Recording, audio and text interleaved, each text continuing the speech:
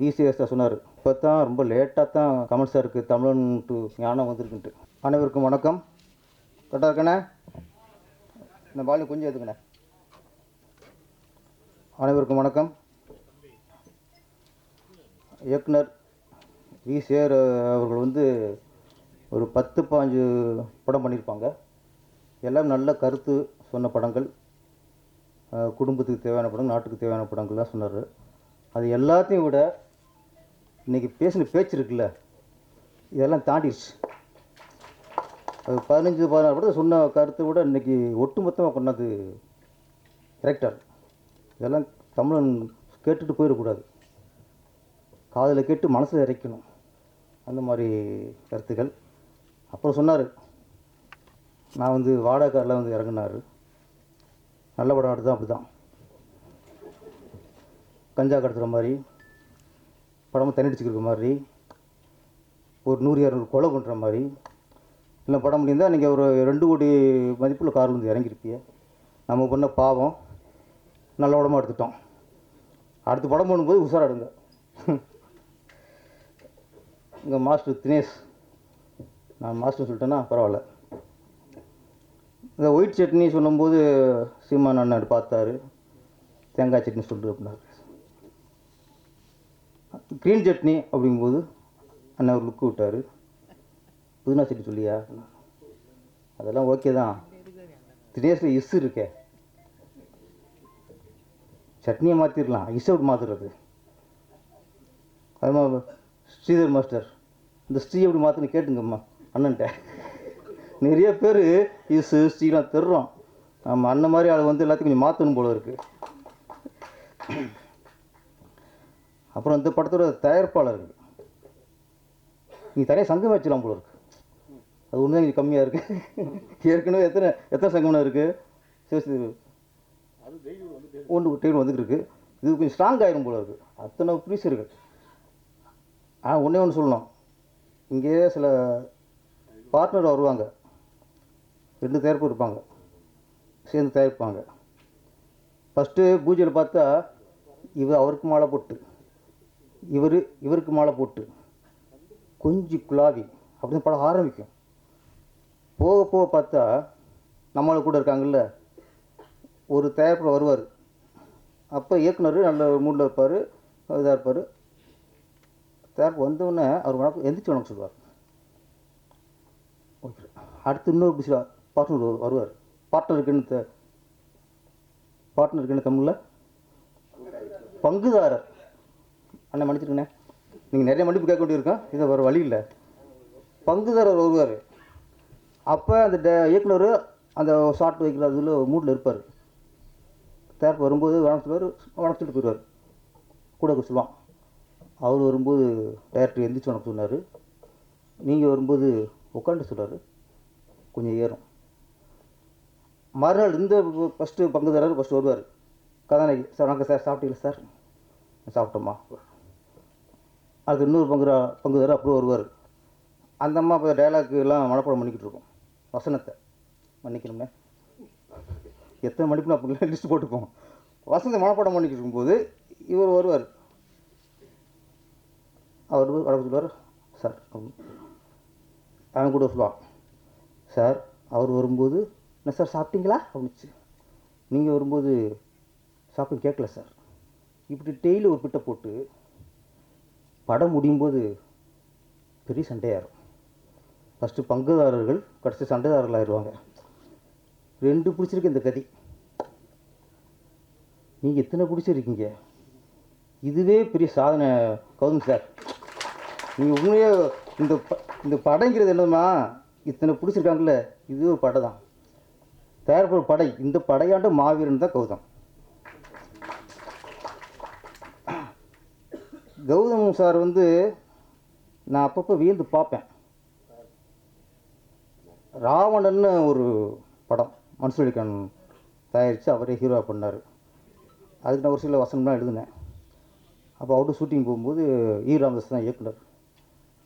அப்போ தம்பி நீங்கள் வாங்க ஒர்க் பண்ணலாம் அப்படின்னாரு. நான் இன்னொரு படத்தில் ஒர்க் பண்ணுறதுனால நான் வர முடியாதுன்ட்டேன். அப்போ டக்குன்னு கௌதம் சார் தான் கூப்பிட்டு போனார். அப்போ தான் அறிமுகம்.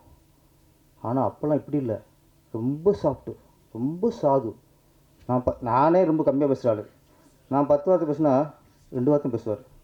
நான் நினைப்பேன், இவர் என்ன எப்படி இருக்காரு, இவர் எப்படி அசைட்டை ஒர்க் பண்ண போகிறாரு, டவுட் பட்டேன்.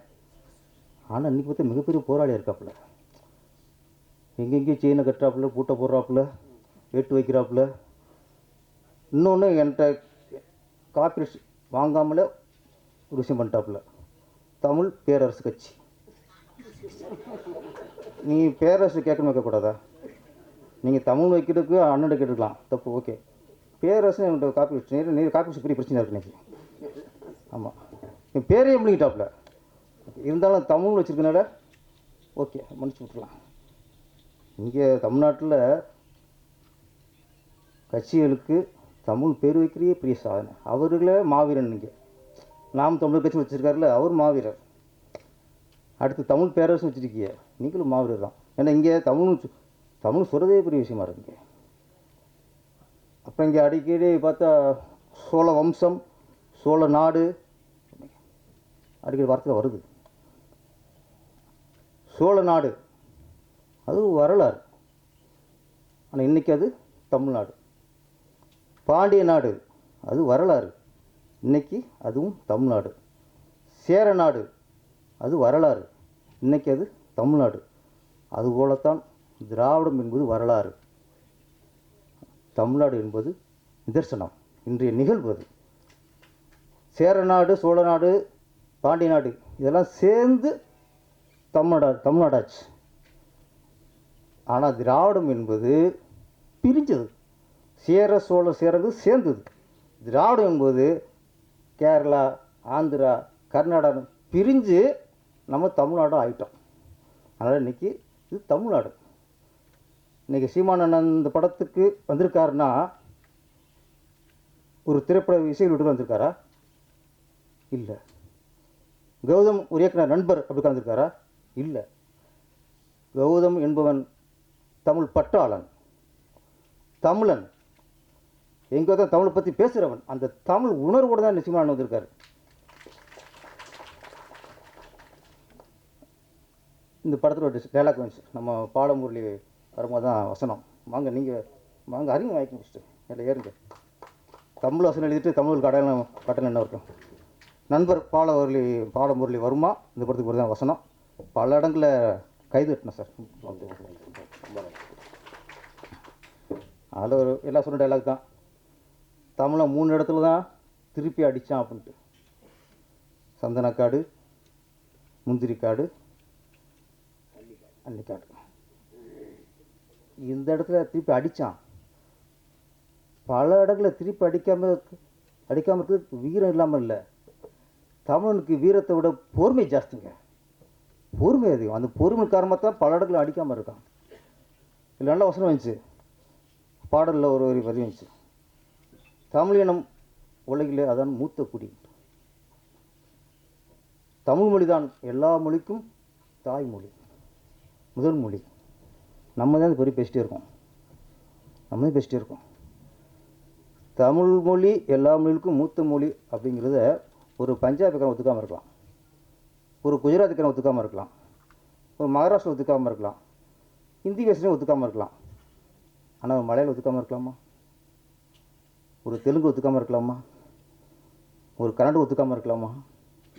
இங்கேருந்து பிரிஞ்சவங்க தான் நீங்களே இதை ஒத்துக்க மாட்டீங்கன்னா அப்புறம் அவன் கூட ஒத்துக்குவான். கமல் சார் அரசியல் ரீதியாக நிறைய விமர்சனம் இருக்கும். ஆனால் முதல் முறையாக ரொம்ப மதிக்கத்துக்கு போற்றத்துக்கு ஒரு விஷயம் சொன்னார். அவர் உண்மை சொன்னார், வரலாறு சொன்னார். தாய்மொழிந்து பிரிந்தது தான் கன்னடம்னார். உண்மைதானே? இதுதானே எல்லாம் படிச்சிருக்கோம். இதுவரைக்கும் எல்லாரும் அதான் சொல்லியிருக்காங்க. அது பொறுத்துக்க முடியல இங்கே.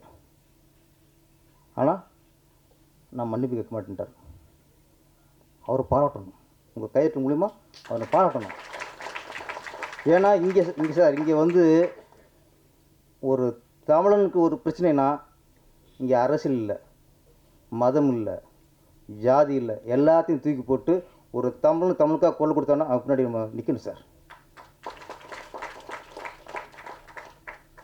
விசிஎஸ் சொன்னார், இப்போ தான் ரொம்ப லேட்டாக தான் கமல் சாருக்கு தமிழன்ட்டு ஞானம் வந்திருக்குன்ட்டு. அது எனக்கு நம்பிக்கை இல்லை. என்ன ஆமாம்மா, டார்ச் வச்சு உடச்சவர் தான் அவர் என்ன. அதனால் அது ஒரு போல் சொல்லிட்டார். அவர் என்ன சொல்லியிருக்கோம்னா, தமிழ் நான் தமிழன் அமைச்சிருவேன், நான் தமிழன் அப்படி தான் சொல்லுவேன். என் மொழி தான் மூலமொழி எல்லாத்துக்கும். நான் தமிழன். நான் தமிழனுங்கிற வார்த்தை என்றைக்கு வாயிலிருந்து வருதோ அன்னைத்தை வீச சொன்னது உண்மை. நீங்கள் திராவிடம் சொல்லிவிட்டுலாம் புஷ் பண்ணக்கூடாது. அல்லது சீமான் அண்ணன் வந்திருக்காரு. சீமான் அண்ணன் இன்னைக்கு அரசியல் கட்சியில் சரி, சினிமாவில் சரி, சினிமாவில் சிலர் தான் தமிழுக்காக வாழ்கிறாங்க, தமிழுக்காக போராடிக்கிருக்காங்க. அப்படி ஒரு தமிழில் யாருக்கும் உணவே இல்லை. சொன்ன மாதிரி அவன் கரெக்டாக கணிக்கிறான். யார் கன்னடத்தில் கணிக்கிறான். யாரை விசி சார் வந்து நான் தமிழ் சொல்லும்போது முட்டாள்ட்டான். அதை நம்ம உணரணும். நான் சொன்னது சரியா தவறா?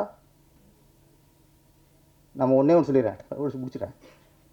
நீங்கள் நிறைய சொன்னீங்க கவுன்சில் பற்றி. இன்றைக்கி ஆந்திராவில் திரைப்படத்துறைக்குன்னு தயாரிப்பாளர் சங்கம் இருக்குது, அங்கே இயக்குனர் சங்கம் இருக்குது. அங்கே சங்கத்தில் தமிழர்கள் யாருக்கும் பதிவு போட்டு விட முடியாது சார். கனடாவில் அதே மாதிரி தயாரிப்பாளர் சங்கம் இருக்குது, இயக்குனர் சங்கம் இருக்குது, எல்லாத்துக்கும் சங்கம் இருக்குது. அங்கே அந்த மொழி சார்ந்தவர் தான் அங்கே பதிவு இருக்க முடியும், இங்கே இருக்க முடியாது.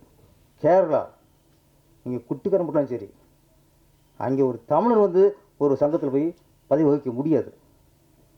ஆனால் நம்ம தமிழ்நாட்டில் எல்லா சங்கத்துலேயும் எல்லா ஆளும் இருக்கலாம். சங்கத்து மட்டுமா இருக்கும், தமிழ்நாட்டு ஆடுறவங்களாக இருக்கலாம். அது என்றைக்கு நம்மளுக்கு விழிப்புணர்வு வரும்? அன்றைக்கி வரணும். அன்றைக்கி வந்தால் தான் நம்ம தமிழனுங்கிற உணர்வு நம்ம தமிழன் நினச்சி நிறுத்த முடியும். நம்ம எல்லாத்தையும் பதிவுக்கு அவங்களை உட்கார வச்சுக்கிட்டு அப்புறம் தமிழன் என்று சொல்லடா, தலை நிமிந்து நின்றுடா, அது ஒன்றே உண்மைண்ணே. அந்த வார்த்தை இருக்குல்ல, தமிழன் என்று சொல்லடா, தலை நிமிந்து நின்றுடா. ஏன்னா நம்ம கீழே இருக்கோம், அவன் மேலே இருக்கான், நிமித்தே பார்ப்போம். தமிழன் என்று சொல்லடா, தலை நிமிந்து நின்றுடா. சூப்பர், மாலை போடு. ஆமாம் போடு, நீ விடு. என்னைக்கே நீ அவனை கீழே வச்சு நீ குடிச்சு பார்ப்ப.